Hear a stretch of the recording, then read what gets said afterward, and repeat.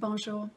Aujourd'hui, je vais vous offrir un petit cadeau parce que si on est ici, on est des êtres en cheminement et on cherche. Et si on regarde toutes nos quêtes, on a toujours un objectif, c'est de pouvoir se libérer de notre souffrance. Peu importe sous quel angle on regarde ça, c'est toujours l'objectif d'un être humain. Aujourd'hui, on va faire un petit peu l'autopsie de la souffrance. Donc, je veux vous parler de comment est-ce qu'on peut apprendre à être le témoin de sa souffrance, mais sans se laisser submerger par la souffrance. Puis on va regarder à quoi sert la souffrance. Est-ce qu'elle sert à quelque chose? Parce que est-ce que c'est possible qu'on veut s'en libérer sans avoir entendu ce pourquoi elle est là? Donc, on commence par l'autopsie de la souffrance.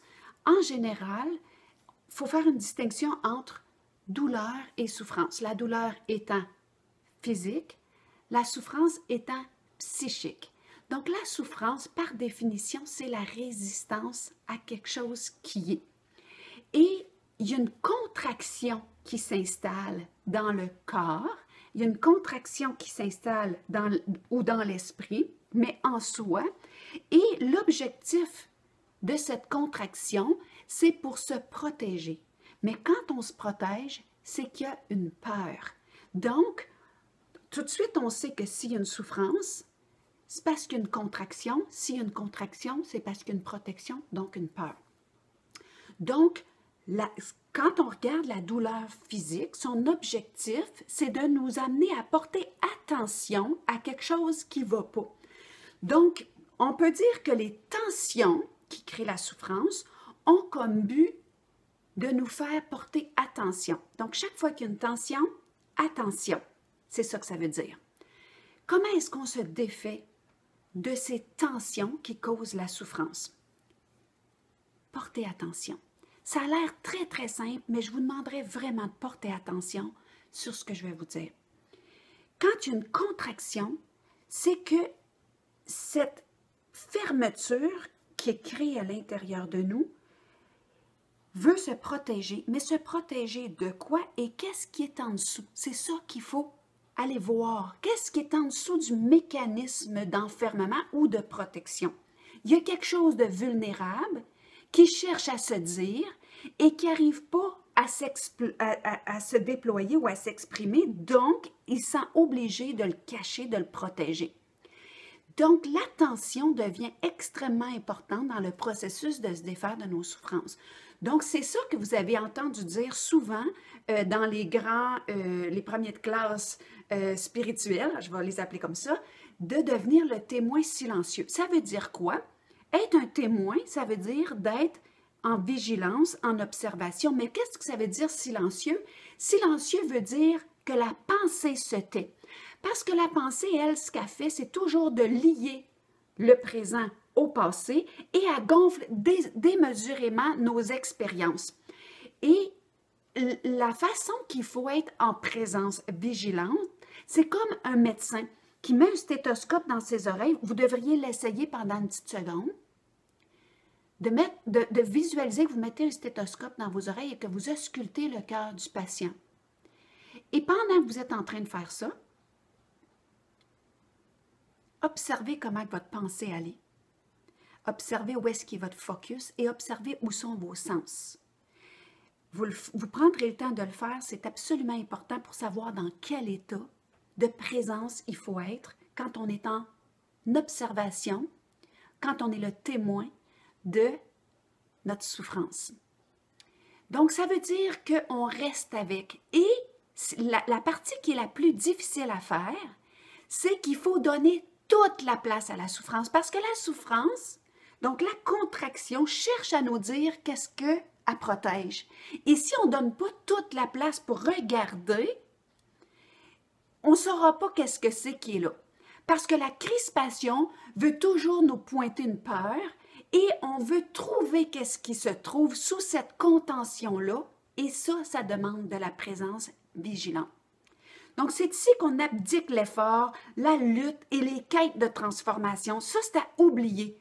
C'est juste de rester dans l'attention, observateur, silencieux, sans penser, et mon désir de compréhension se tait. Parce que ce n'est pas dans la compréhension que je vais trouver, l'issue de ma souffrance, ça va être dans mon senti. Et ce senti-là, il est dans notre corps. Donc, j'épie mes états d'épuisement qui sont physiques. OK? J'épie comment mes défenses, mes concepts, ils cèdent. Donc, il y a quelque chose, quand on reste en présence, qui lâche, éventuellement. Donc, je reste attentive vraiment à qu'est-ce qui cherche à émerger dans l'instant. Et là, je suis avec mon corps qui est crispé. Je suis avec mon corps qui est tendu. Je suis avec le poids, les serrements dans la poitrine. Je reste avec ça. J'entre dans mes muscles alors que mon espace intérieur il est complètement recroquevillé, qui est en fermeture, qui est en protection, qui est en contention. Je suis dans mon souffle coupé. Je suis dans mon étranglement. Et je persiste à rester là, avec mon stéthoscope dans mes oreilles, sans fuir ni dans ma tête, ni dans les distractions extérieures, sans résister.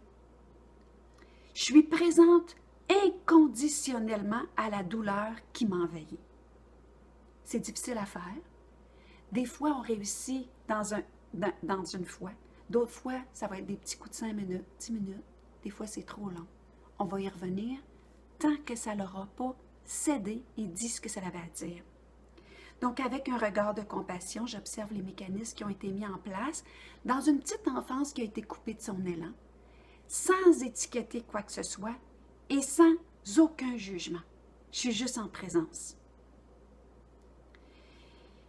Et je vais vous dire, quand il n'y a aucun autre espace à fuir, ni dans sa pensée, ni à l'extérieur, c'est incroyable comment les choses deviennent claires. Par contre, il faut avoir le désir de se regarder avec beaucoup d'intégrité.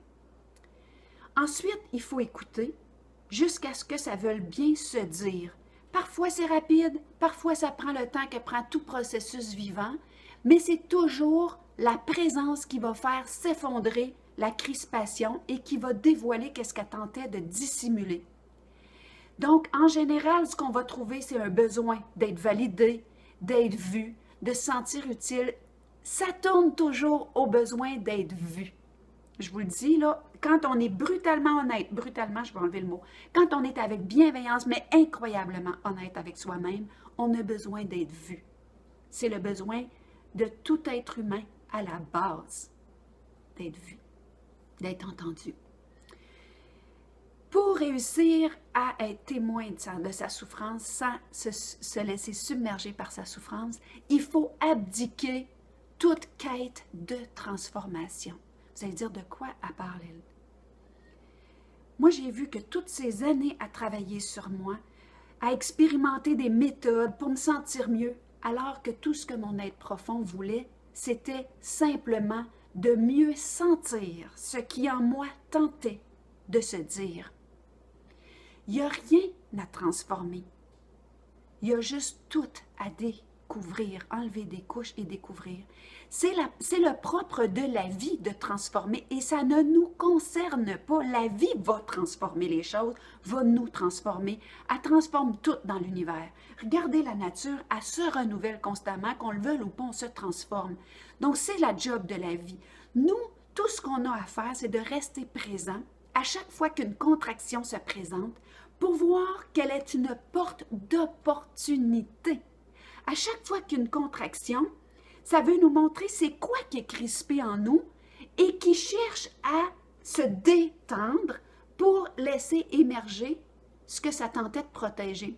C'est quoi sous ces résistances-là que cache notre essence, qui elle est toujours demeurée là? Elle attendait qu'on enlève des couches. La preuve que l'être profond que vous cherchez est là, c'est que quand vous êtes arrivé au monde, vous étiez dans une paix permanente. C'est tous les événements de votre histoire qui vous ont contracté, vous ont fait perdre de vue que vous étiez déjà ce que vous cherchiez. Donc, on arrive à la question « Qui suis-je? » Qui suis-je sous ces mécanismes-là? Ça devient la grande question à répondre, la grande question, la plus grande quête spirituelle, si on veut encore utiliser le mot quête. Notre plus grande démarche. Qui est-ce que j'étais avant l'histoire, avant que cette histoire-là colore mes perceptions, me mène dans la fuite, dans la contraction? J'étais qui dans mon état original, avant que la trame souffrante qui s'est déployée devant moi, hein, c'est qui est-ce que j'étais en paix avant tout ce qui est arrivé devant moi. Et à mesure que cette trame souffrante-là se dissout, hein, à mesure que les nœuds se distendent, à mesure que je demeure en observation et que j'écoute ce qui va émerger, à mesure que ma réactivité perd sa prise sur moi, je redécouvre qui j'étais originalement. Donc, on s'entend qu'on finit la lutte. La lutte, c'est du combat. Le combat, c'est de la protection. De la protection, c'est de la peur. Il n'y a rien contre quoi lutter. Il y a seulement tout à accueillir en totale bienveillance. Il n'y a rien à transformer. Il y a tout à redécouvrir de la paix avec laquelle je suis arrivée en ce monde. Cette présence-là, ça se révèle être mon être véritable.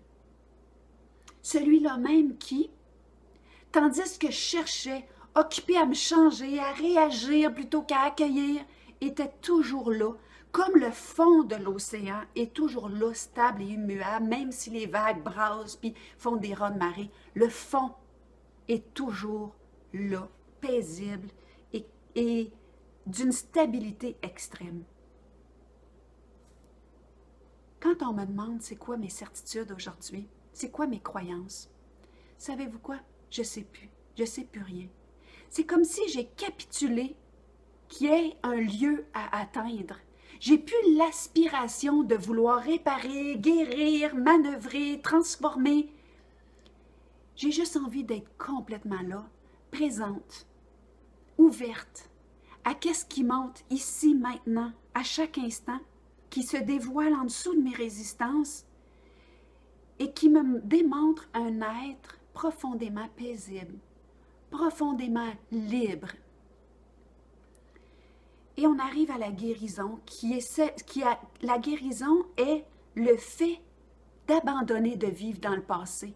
Elle exige que je vive dans le présent, récupérant l'énergie qui est piégée dans mes traumatismes, dans mes blessures, voir un événement douloureux comme un messager qui m'offre une fenêtre de libération plutôt que comme une tragédie personnelle.